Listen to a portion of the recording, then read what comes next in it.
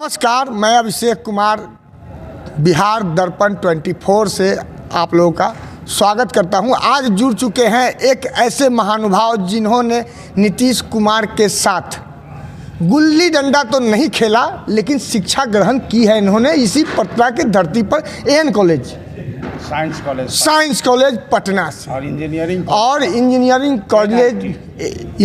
College NIT। ये खुद ही स्पष्ट करेंगे। और मैं ये जानना चाहता हूं कि नीतीश कुमार के फ्रेंडशिप वाले लोग भी जनसुराज में क्या करना चाहते हैं और क्या करेंगे। बहुत बहुत धन्यवाद आपके चैनल को, और आपके उत्कर्ष और विकास की हमारी कामना है। जैसे कि आप मेहनत कर रहे हैं और आपका सहयोग भी यहाँ पर रहना, एक तरह से जनसुराज को मदद करने में और सशक्त करने में भी आपकी भूमिका रही है। क्योंकि मैं जनसुराजी हूँ, मैं चाहूँगा कि आप जैसे मीडिया के पर्सन को भी उत्साहित किया जाए, ताकि समाज में जो आप एक चौथे स्तंभ के रूप में आते हैं, वह चौथा स्तंभ भी प्रजातांत्रिक प्रणाली में अपनी भूमिका निभाए, और आप बखूबी निभा भी रहे हैं। मैं अपना परिचय इस ढंग से देना चाहूँगा कि मेरा नाम इंजीनियर सत्यनारायण महतो हुआ और मैं मुजफ्फरपुर का रहने वाला हूँ।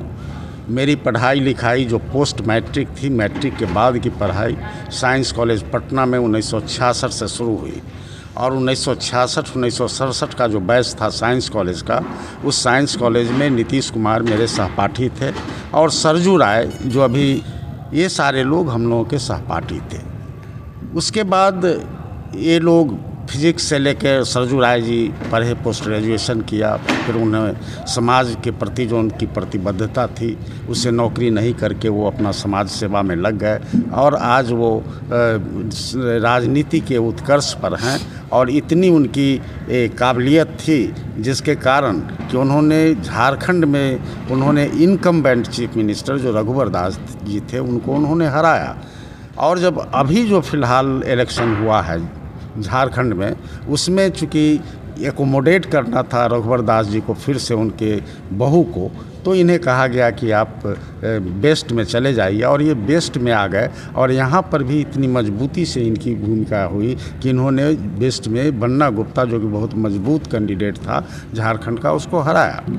अब मैं अपना आगे क्या की पढ़ाई जो कि इंजीनियरिंग कॉलेज में हुई, हम लोगों के टाइम में यह बिहार कॉलेज ऑफ इंजीनियरिंग, थोड़ा संक्षिप्त में बताएं। हाँ, बिहार कॉलेज ऑफ इंजीनियरिंग के नाम से जाना जाता था। वो अभी BSc NIT हुआ। उस BSc NIT में मैं और नीतीश कुमार सहपाठी थे, साथ में पढ़ते थे, और हम लोग छात्र का जो संगठन था, उस छात्र संगठन JP आंदोलन में भी आप लोग साथ थे क्या? हाँ, JP आंदोलन में भी मैं साथ था, लेकिन चूँकि मेरा फैमिली कंपल्सन था और मुझे नौकरी करने की ज़रूरत थी, मैं राजनीति में अपना पूरा समय नहीं दे पाता, इसलिए जयप्रकाश नारायण के मूवमेंट में रहने के बावजूद भी मैंने अपनी नौकरी कर ली। लेकिन उससे आगे आने के बाद आप नीतीश कुमार के कितने करीब, कब से रहे? वही मैं बता रहा हूँ। वो जो नहीं रहा, लेकिन जो जज्बा और जुनून जो एक स्टूडेंट लीडर को होता है कि मैं अपनी ज़िंदगी के आने वाले समय में भी अपनी भूमिका समाज की बेहतरी के लिए निभाऊं, वो फैमिली कंपल्सन के कारण नहीं हुआ। जयप्रकाश नारायण के मूवमेंट में होने के बावजूद भी मैंने नौकरी कर ली, लेकिन इसके बावजूद भी मैं जब दिल्ली में रहा या सिंदरी में रहा, फर्टिलाइज़र कॉरपोरेशन ऑफ इंडिया में मैं चीफ इंजीनियर रहा, और वहाँ से मैंने VRS नीतीश जी के कहने पर ले लिया 2000। मतलब VRS ले लिया, उसके बाद भी जनसुराज में चलिए आगे। हाँ, ये आजकल की बात नहीं है। मेरा VRS लेने का जो टेन्योर है, जो समय है, जो पीरियड है, वो 2003 का है। मैंने 2003 में चीफ इंजीनियर के पोस्ट से VRS लिया था, और नीतीश से बात हुई थी दिल्ली में, मैं भी दिल्ली में ही मेरी पोस्टिंग थी। उन्होंने कहा कि हम लोग छात्र जीवन में राजनीति कर चुके हैं, हम लोग, तुम भी उत्सुक हो राजनीति में, अब आ सकते हो, हम लोग मिलजुल के राजनीति करेंगे। 2003 में VRS लेने वजह क्या हुई? उसी वजह को मैं आगे बताना चाह रहा हूँ कि 2003 में यह बात होने के बावजूद भी हम लोगों की का जो सहयोग और सहकार था एक साथ राजनीति करने के लिए, वो रूप नहीं ले सका। और उस रूप नहीं लेने का कारण ये था कि बीच में समता पार्टी जो 1994 में बनी थी, और जिसकी मेन आर्किटेक्ट जॉर्ज फर्नांडिस और नीतीश कुमार थे, जया जेटली भी थी उसमें, और भी सारे लोग थे, वो उसमें नीतीश कुमार, जॉर्ज समता पार्टी, जॉर्ज समता पार्टी और जॉर्ज से टकराहट की बात मैं कर रहा हूँ। अच्छा। जॉर्ज से टकराहट 2003 में हुई, जिसके कारण मैं और नीतीश एक साथ राजनीति में नहीं रहे। आप मैं इससे पहले चलूँगा। कुर्मी चेतना रैली का नाम आपने शायद सुना है, हो सकता है आपकी भागीदारी हो उसमें। 1994 लास्ट सेशन था साल का। उस समय नीतीश कुमार एक स्टेज पर चढ़ते हैं और पूरे बिहार के मुख्यमंत्री का चेहरा बन जाते हैं। ये जो सुई घुमाया, पूरे राजनीति के सुई को घुमा करके लालू यादव के विरोध में जितने भी सवर्ण के लोग थे, पचपौनिया के लोग थे, गरीब थे, गुरबा थे, सबको समेट के एक बार जो है सो प्रोजेक्ट कर दिया। उसके बाद समता पार्टी का क्या हुआ, इस पर प्रकाश डालेंगे। इससे पहले कि मैं आपकी बात का जवाब दूं और चेतना रैली को अपने से कोरिलेट करते हाँ, क्योंकि आप उस स्वजातीय से हैं तो कुर्मी चेतना रैली के बारे में आप जानते होंगे। और उस चेतना रैली के जो आर्किटेक्ट थे सतीश जी वो उनकी भी भूमिका नहीं रही। और मैं ये चेतना रैली की क्या नाम है, ऐसी रैली का मैं हिमायती नहीं हूँ। सबसे पहले मैं उस ग्रुप के रहते हुए मैं ऐसी रैली का हिमायती नहीं हूँ। मैं इस चीज़ का हिमायती हूँ कि आदमी की पहल यह जनसुराज की तरह हो, जिसमें एक समग्र और समावेशी समाज हो और सबों का उत्थान हो। आप यह क्वेश्चन पूछ सकते हैं मेरे जैसे जनसुराजी का कि साहब आप कह रहे हैं कि आप इसके हिमायती नहीं हैं, लेकिन हिमायत आप कर रहे हैं। और आपका क्वेश्चन होगा अगर आप हिमायती नहीं हैं तो फिर SC ST का, अति पिछड़ा का और ये सब का आप जनसुराज के बैनर के तरह नहीं, तो हिमायती नहीं है। देखिए मैं यहाँ आपको टोक दूंगा, आप पकड़े गए हैं। जैसे 2000 में जब इनको शपथ ग्रहण करा दिया गया, नीतीश कुमार आपके दोस्त को जब शपथ ग्रहण करा दिया गया, उसके बाद जब बहुमत नहीं जुट रहा था, 5 सवर्ण के कुख्यात क्रिमिनल उस समय नीतीश कुमार के चैम्बर में पहुंचे और जो है सो उनको समर्थन उनका लेने के बाद भी आप उनके साथ 2003 में कैसे गए। 2000 में नीतीश कुमार सबको वरण किए थे, जितने भी बड़े क्रिमिनल थे। उसके बावजूद आपने अपने दोस्त का साथ दिया, उसके बाद क्या हुआ? सबसे बड़ी बात जो आपने, मेरा जो बयान है, जो नैरेटिव है, उसको आपने ध्यान से नहीं सुना है। अगर आप उसे ध्यान से सुनेंगे तो यह स्पष्ट हो जाएगा कि मैं नीतीश के खेमे में आज तक नहीं रहा हूँ। उस समय रहने की तो बात अलग है। आपने कहीं VRS लिया उनके कहने पर लिया ना, लेकिन पार्टी तो ज्वाइन नहीं किया। पार्टी इसलिए नहीं ज्वाइन किया कि मैं फर्नांडिस के खेमे का आदमी था। आपको मैंने स्पष्ट किया है कि 2003 में नीतीश और फर्नांडिस के बीच टकराहट हो गई थी और उस टकराहट का जो खेमाबंदी था, उस खेमे में मैं जॉर्ज फर्नांडिस के खेमे में था और उस खेमे में मेरे साथ और भी लोग थे। जो 14 में जो लोग निकल के आए थे समता पार्टी बनाने के लिए जनता दल से, उस खेमे में जब यह बात चली कि ये शरद यादव के साथ समता पार्टी का विलय करना चाहते हैं, तो हम लोगों ने उसका विरोध किया। जनता दल यानी चक्रछाप तो जनता दल मतलब शरद यादव का जनता दल, जो तीर छाप ही है, जो पहले भी था और आज भी है। अच्छा। शरद यादव का तीर छाप जो कि लालू से बिछड़ के वो जनता दल यू बनाए थे और ये जो है RJD बनाए थे। ये सब के पीछे जाने के लिए आपको पूरी कहानी समझनी होगी। ये वही ये हैं शरद यादव जो लालू के साथ थे, लेकिन लालू के ऊपर जब फॉर्डर स्कीम का केस आया और तब ये शरद यादव चाहते थे कि हम खुद अध्यक्ष बने, लालू यादव उनको अध्यक्ष बना दे। दोनों में टकराहट हुई, राजद के बना जिसके अध्यक्ष लालू जी बने और जनता दल यू बना जिसके शरद यादव हुए। तो शरद यादव के साथ गठबंधन की बात हुई थी नीतीश कुमार की, उसके हम लोग विरोध थे। हमारी सहमति इस बात पर थी कि हम लोग जनता दल से समता पार्टी का अगर मिलन हो जाता है तो हमें कोई हर्ज नहीं है, लेकिन उसका मर्जर नहीं हो, विलय नहीं हो, और हो भी तो उसका नाम समता पार्टी रहे। और समता पार्टी इसलिए रहे कि उस समय के जो लोग थे उनका अपनी पार्टी से एक भावनात्मक संबंध था। इसीलिए आपका ये क्वेश्चन कि आप इतने दिनों से नीतीश के साथ रहे, 2003 में क्यों अलग हो गए? हम उनके साथ कभी उनकी पार्टी में नहीं रहा। मैं 2003 में जब हम लोगों की बात हुई कि हम लोग एक साथ करेंगे, तब हम चले जाते, लेकिन चले जाने का जो मेन ऑब्स्ट्रक्शन और बाधा और व्यवधान आया वो शरद यादव की पार्टी आई, और शरद यादव की पार्टी इस हद तक आई कि हम लोगों को including George Fernandes election commission में ये बात गई कि समता पार्टी रहे कि जनता दल यू रहे। हम लोग ये तीनों इलेक्शन कमिश्नर आगे बैठे हुए हैं और हम लोग तीनों बैठे हुए हैं, जिसमें NK सिंह जो CBI ज्वाइंट डायरेक्टर थे वो भी थे, ब्रह्मानंद मंडल थे, हम लोग थे, बहुत सारे लोग थे। उसको हम लोगों ने बहस किया इलेक्शन कमीशन के साथ, तीनों इलेक्शन कमीशन कि नहीं, ये समता पार्टी जो है एज़ पर रूल्स और इलेक्शन कमीशन का जो भाई गाइडलाइंस है उसके पास समता पार्टी एग्जिस्ट करता है, और सब लोग अगर चले गए हैं तो वो जनता दल में वो चले गए हैं, वो जनता दल में चले गए हैं, वो जनता दल को लेके नहीं गए हैं। जनता दल का जैसे कि आप राजनीति के इर्द गिर्द आपका जीवन रहा है कुछ ही समय, लेकिन रहा है, तो मेरा मानना है कि शरद यादव बहुत सज्जन लीडर थे, नो डाउट। शरद यादव को छोड़ के आना, नीतीश कुमार को छोड़ के आना, रामविलास पासवान को छोड़ के आना, ये कहाँ सतीश कुमार, सबसे पहले सतीश कुमार ने छोड़ा था RJD को, और उसके बाद कुर्मी चेतना रैली की अगुवाई की और नीतीश कुमार को चढ़ा दिया। चलिए इसमें तो नहीं, लेकिन ये क्वेश्चन बनता है कि लालू यादव को आज के डेट में सुभाष यादव, साधु यादव भी छोड़ के, मतलब क्या वजह है जो इतने लोग ये इतने ही कम दिनों में 35 साल के 36 साल के कार्यकाल में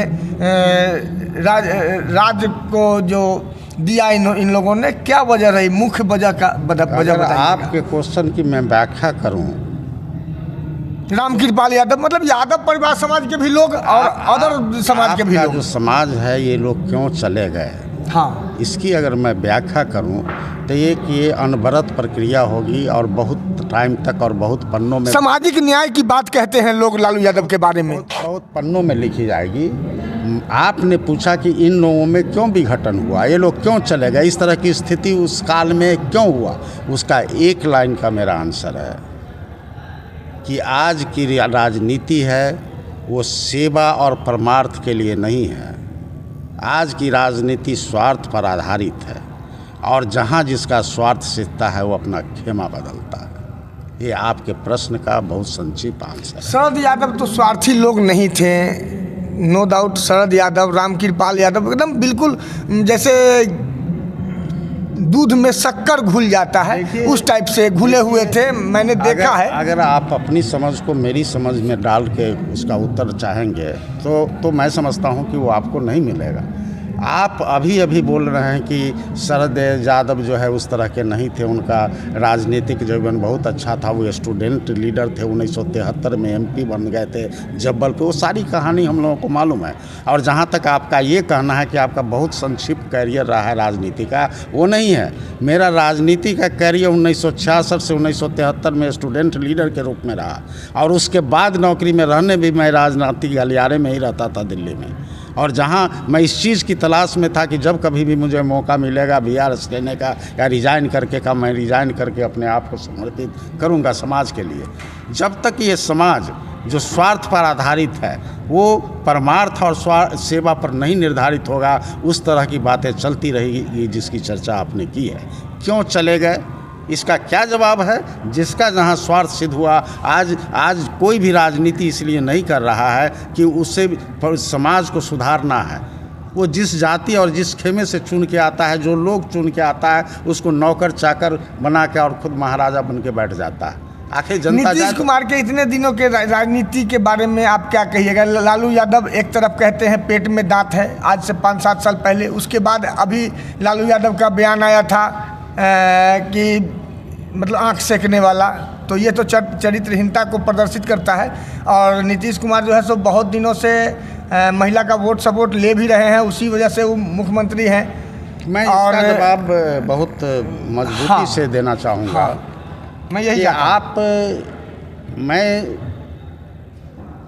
लालू यादव जी के द्वारा आंख सेकने वाली बात जो कहावत हो जी, या जी, जी। लोकोक्ति हो, मैं उसका विरोध करता हूँ। इस तरह का बयान समाज को विषाक्त करने वाला बयान है। क्योंकि लालू यादव भी दोस्त रहे हैं, आप भी दोस्त रहे हैं नीतीश कुमार के। लेकिन मैं इस चीज़ को कहना चाहता हूँ कि लालू यादव ने ये जो तंज कसा है, कटाक्ष किया है, खासकर नीतीश कुमार पर, लालू यादव बहुत मैच्योर्ड पॉलिटिशियन माने जाते हैं। उनकी साख समाज बहुत बड़े कद्दावर नेता, और हम लोग भी उनका कद्र करते हैं। लेकिन लालू यादव जैसे स्टेचर का आदमी, इतना समाज के प्रति प्रतिबद्ध और भी बातें होंगी, वो आदमी को आखिर इस तरह की बात समझ में नहीं आती है कि वो जो बोल रहे हैं वो मीडिया के सामने पब्लिक डोमेन में बोल रहे हैं और ये प्रसारित होगा। तो वह प्रसारित जब होगा तो हमारा जो ये पूरा का पूरा समाज जो महिलाओं के ऊपर आधारित है, आधी आबादी है, क्या उनको वोट देगा? और जहाँ तक बात रही, मैं उसकी भर्त्सना करता हूँ। मैं लालू जी के स्वास्थ्य की कामना करता हूँ, वो अच्छे हो जाएं और दिनों तक समाज में रहें, समाज की सेवा करें। लेकिन मैं उनके इस बयान की भर्त्सना करता हूँ। रहा नीतीश की बात, नीतीश भी इसमें कम नहीं है, मुझे कहने दीजिए बेबाकी से। हाँ। नीतीश का पलड़ा भी इन दोनों का इस खेमे में बिल्कुल बराबर है। याद होगा, आप लोग पत्रकार हैं, कि उनका जो भाषण विधानसभा में दिया गया, आपको याद है? उस तरह का भाषण वो विधानसभा में देना चाहिए था। और अगर उन्होंने दिया तो उसका बहुत ज़्यादा विरोध हुआ। लेकिन लालू और नीतीश में एक अंतर है। नहीं, 2-3 बार जो बयान महिलाओं पे आया नीतीश कुमार का, मैं आपको एक लाइन बोलने दीजिए। नहीं, मुझे फिनिश करना। हाँ। वो जो है, उन्होंने विधानसभा में कहा, नीतीश कुमार ने, कि मुझसे गलती हो गई है, मैं क्षमा प्रार्थी। बाहर आके विधानसभा से उन्होंने पब्लिक डोमेन में कहा कि मुझसे गलती हो गई है, 2-3 दिन नहीं होने के बाद। लेकिन आज तक इतने दिनों से गलियारे में, राजनीतिक गलियारे और सामाजिक गलियारे में यह बात फैल रही है जो लालू जी का है, कभी उन्होंने कोई प्रतिक्रिया दी है? ये अंतर लालू और यादव जी और नीतीश कुमार के बीच का है। इस तरह का बोलने का क्या ज़रूरत है? नहीं, कपड़े वाली भी बयान अभी रिसेंटली जब गए थे, यात्रा में गए हैं, तो 2-3 जगह जो है सो वहाँ भी अटपटा बोल के गए हैं। मैं आपको बताऊं हाँ। कि नीतीश मेरे दोस्त थे और दोस्त हैं, लेकिन उनके बीच मेरा मतांतर इस बात पर है कि आज नीतीश की ज़िंदगी वो ज़िंदगी नहीं है जब उनको राजनीतिक जीवन में अपने की पहचान बनाई। चलिए, एक अंतिम क्वेश्चन मैं आपसे पूछना चाहता हूँ। स्पष्टीकरण हो गई है, सारी बातें हाँ। स्पष्ट मैं नहीं कर पाया इसमें टाइम, तो बोलिए। ये जो है इसमें सारी बातें नहीं आएगी। वो जो नीतीश कुमार का जो अपने जद्दोजहद का समय था, जो स्टूडेंट लीवर का था, जो उन्होंने 73 से लेकर पास करने के बाद 85 तक किया, जिसको उन्होंने भोला प्रसाद सिंह से उनको मुकाबला करना पड़ा, 2 बार हारे, वो उनके लिए बहुत संघर्ष और समस्या का समय था। लेकिन आज उनके लिए कोई संघर्ष और समस्या नहीं है। आज उनको अपनी राजनीति में अपने आप को लॉन्च करने का समय नहीं है।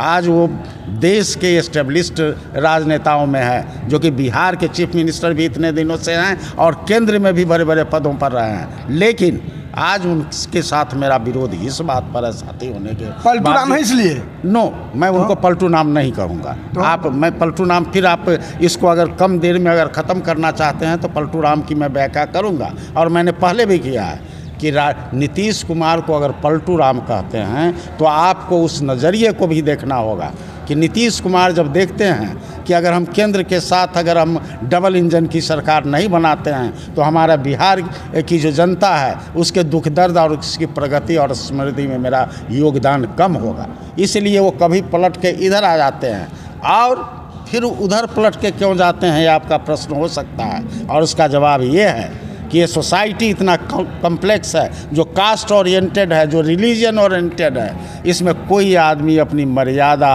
और अपने आदर्श पर जीत करके चीफ मिनिस्टर नहीं बन सकता है। इसलिए वो कभी गठबंधन इधर करते हैं और कभी गठबंधन उधर करते हैं। ये पलटू राम नहीं, बल्कि देश की प्रदेश की बेहतरी के लिए है। लेकिन उन्होंने आज देखिए बहुत सारा वैक्यूम हो गया है जनता दल यू में। नीतीश के बाद कौन? नीतीश, उन्होंने, आपने देखा, ये तो जायज है, जायज बयान है। आपने देखा होगा, हाँ। आपने जयप्रकाश नारायण का देखा है, आपने अन्ना हजारे के देखा है, आपने स्वतंत्रता संग्राम के आंदोलन को देखा है। आप लोग, ये लोग ऐसे लीडर थे जिन्होंने अपने आप रहते हुए हजारों नेता को पैदा किया। जयप्रकाश नारायण के नेतागिरी में ही आए हुए सारे नेता हैं।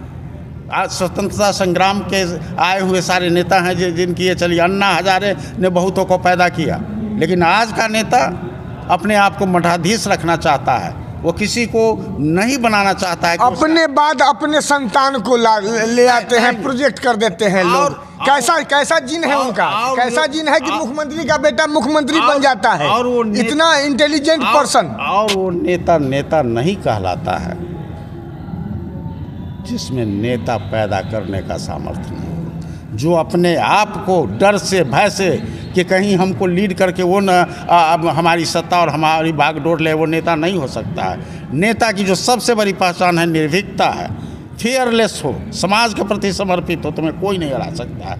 समाज की सेवा करने वाला आदमी, परमार्थ करने वाला कभी नहीं हारता है। तुष्टीकरण की राजनीति हो रही है, ये तो हम लोग भी देख रहे हैं। तो ऐसी स्थिति में मैं आपको बताता हूँ कि ये नेता असली कौन होता है।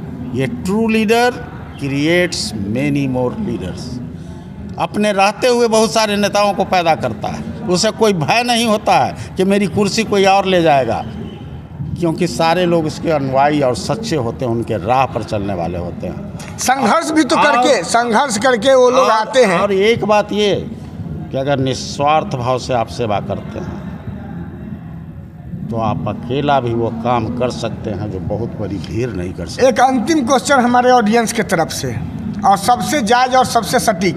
आप जनता के अगर हितगर हैं तो हमें इस प्रशांत महासागर जन सुराज का जो ये सत्याग्रह आश्रम है और जन सुराज का जो ये अभी स्टेज जिस पर आप बैठे हुए हैं, यहाँ से बहुत बड़ी बड़ी बातें कही गई और नीतीश चाचा को बार बार प्रशांत किशोर के द्वारा कहा जाता है कि ये जो है सो माइंडलेस हो चुके हैं, इनका जो मानसिक संतुलन है वो बिगड़ चुका है। इस पर आपका क्या स्टैंड है? बस मुझे स्पष्ट रूप से इस पर स्पष्टीकरण देने दीजिएगा। देखिए, आदमी चाहे वो हिटलर हो, एलेक्जेंडर हो, जो भी कोई हो, नेपोलियन हो, आदमी जब एक पद पर आ जाता है तो ऑटोक्रेटिक हो जाता है, सेल्फ सेंटर्ड हो जाता है, अपने में केंद्रित हो जाता है। वो डिसेंट्रलाइजेशन नहीं करना चाहता है अपनी शक्तियों का। प्रशांत किशोर जैसे विवेकशील आदमी, मेरी बात को बहुत ध्यान से सुनिएगा, प्रशांत किशोर जैसे विवेकशील आदमी आज जो राजनीतिक जीवन में ये दोनों जीवित दिखाई देते हैं, लालू प्रसाद यादव और नीतीश कुमार, इसको संजीवनी और अमृत पिलाने वाला यही प्रशांत किशोर है। आपको याद है 2015 की बात? 15 में नहीं, अभी रिसेंट में जब इसका सत्याग्रह का स्थापना हुआ, उसी दिन से लगातार पानी पी पी के प्रशांत कह रहे हैं कि मानसिक संतुलन चाचा का बिगड़ चुका है। इस पर मैं आपसे संक्षिप्त में और स्पष्ट चाहता हूं। मैं तो उसी पर आ ही रहा था। आप जितना समय प्रश्न पूछने में लगे उतना समय में प्रश्न मैं दे देता जवाब। अच्छा, ठीक है। वो ये है कि ये जो विवेकशील आदमी थे, जिनको उपाध्यक्ष भी जनता दल यू का बनाया गया था, लोग समझ रहे